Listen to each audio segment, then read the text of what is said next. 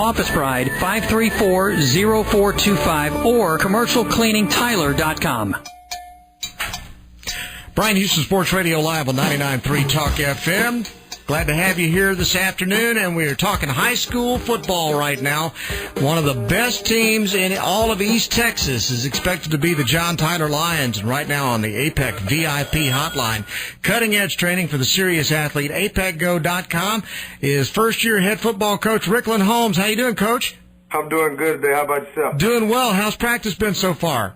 Practice has been great. The first 2 days have went by faster than I expected, but we're making it through it.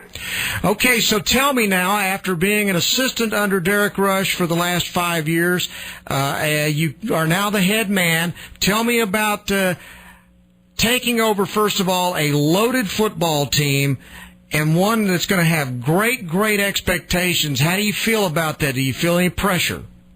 No pressure at all. This is what we expect. We expect to be in this position year in and year out. Since 2007 all the way up until now. This has always been a position that we put ourselves in before the media even gets a hold of it. So how much difference will there be in the way you do things compared to what Coach Rush did? There'll be a lot of similarities with a little bit of change here and there.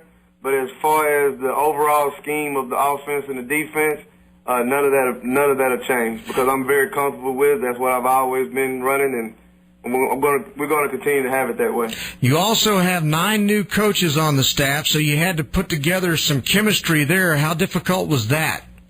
Well, it wasn't very difficult. I went through a very strenuous interview process with all the coaches that I hired. They were the guys that I wanted to bring in because I knew them either from coaching with them or having guys that have coached with them before. And the first 2 days, as far as their coaching style, they're doing everything that I want them to do and even more. So I couldn't be more happier right now. Coach Ricklan Holmes from the John Tyler Lions on 99.3 Talk FM. Now, you have 16 starters, maybe 17 back from last year's Division I state semifinal team that went 11-4. That's a lot of experience coming back, and you got this whole new coaching staff. How do your kids respond to all these new faces?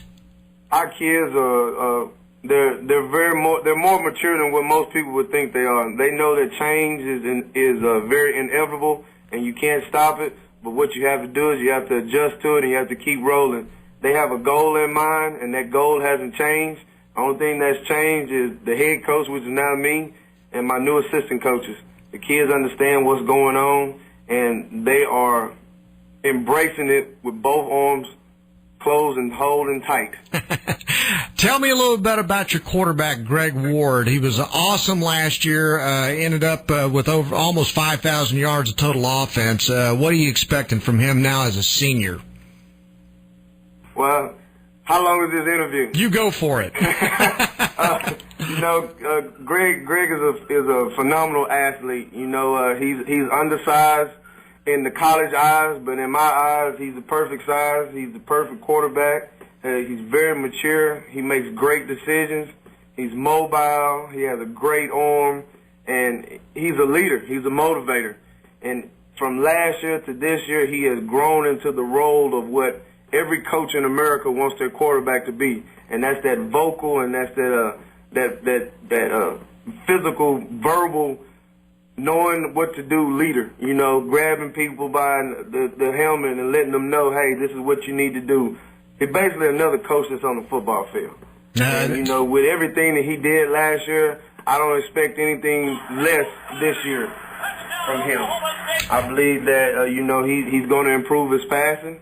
He's also, we're not going to rely on him as much as we did on the run last year because we're going to put a lot more pressure on our running backs. Okay, good. All right. And so who are some of those guys that you're looking at to pick up some of that slack then in the rushing game? Well, it starts with a back that we had last year. He was a sophomore. He'll be a junior now named Reginald Gibson. He'll be the feature back this year, but he'll get some rest time from Dyron McDuff and Jeremy Wilson. Jeremy Wilson will be a sensational sophomore for us this year, along with the junior that'll be a junior also with Reggie is Dyron McDuff. With those three running backs coming out the backfield, we have a lot of versatility that we add along with the phenomenal wide receivers that we have this year. And talk about them, starting with Fred Ross. I mean, the guy's an absolute beast. Yes, and best thing about it is he's going to Oklahoma State with my alma mater. I knew you'd like that. I love it. You know, Fred is one of those guys. He's also embracing everything that's going on. He's a humble kid, like all of our kids. You know, we have great kids here, kids that, you know, they understand what's going on. They understand the pressure that comes with things, and they don't look at it as pressure. They just look at it as accomplishing a major goal. Fred is a phenomenal wide receiver, big, fast. He's physical. He knows how to find and locate the ball in the air. Great body control. Then you move along to Justice Liggins, which is basically a prototype of Fred Ross. They're both pretty much the same size. He may be a little bit faster than Ross. Ross is a little bit taller than him, but he's a very thick kid, big hands, great route runner. And then you have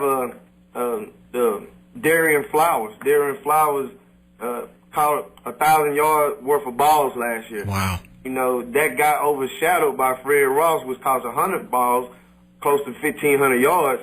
But, you know, when you look at those receivers that we have coming, the Fred Rosses, the Justice Liggins, the Darian Flowers, the hybrid back wide receiver, DeQuante Woods, you know, you look at those guys right there that are on the perimeter, that are going against linebackers and DBs that most of them are undersized compared to these guys.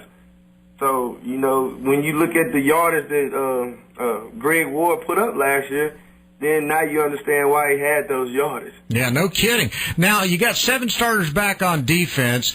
You allowed a lot of points last year. Talk a little bit about what you're looking for from your defense this year. Well, our defense is going to be a lot better this year because the main reason why, there's going to be a lot of offensive guys that's going to be playing defense this year. The only way I know how to win is with the best 11. My years here at John Tyler, I went both sides of the ball, like Darian Flowers did last year. Darian Flowers started at cornerback and he started at wide receiver. He still caught 1,000 yards worth of balls. So it can be done, but you got to make sure your kids are in shape. You got to make sure they understand not just the basics of what we do, but why we are doing it. And that's what we're doing from day one, starting Monday. Talk a little bit about, I know Tyus Bowser is going to be one of the guys that everybody's looking at. The guy, again, another beast on your defensive line. And not only on the defensive line, you're going to add him to the receiving corps. Man. He's also the backup quarterback this year. So you're going to see a lot of Tyus Bowser on both sides of the ball. You know, yeah, he made his name on the defensive side of the ball by being that dominating edge player, pass rusher, run stopper, and he's going to continue to do that this year. But now you just add a little bit more to his plate. So now everybody in the state of Texas really gets to see his versatility.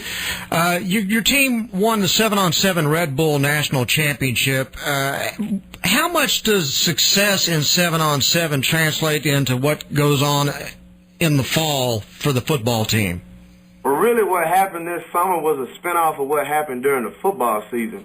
You know, that continued success, that continued drive that we had to make it to the semifinals and coming short just carried over into the summer.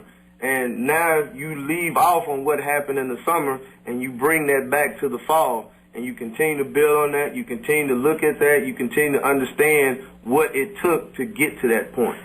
Okay, and the other thing I'll ask you, I read this today. You got your guys sprinting 40 yards a total of 16 times. Is that right? Yes, sir. Tell me about that. What's going on behind that? The premise behind the 1640s is 16 games till December. So what we do is we start out with 1640s, and it's not just 1640s. It's 16 perfect 40s.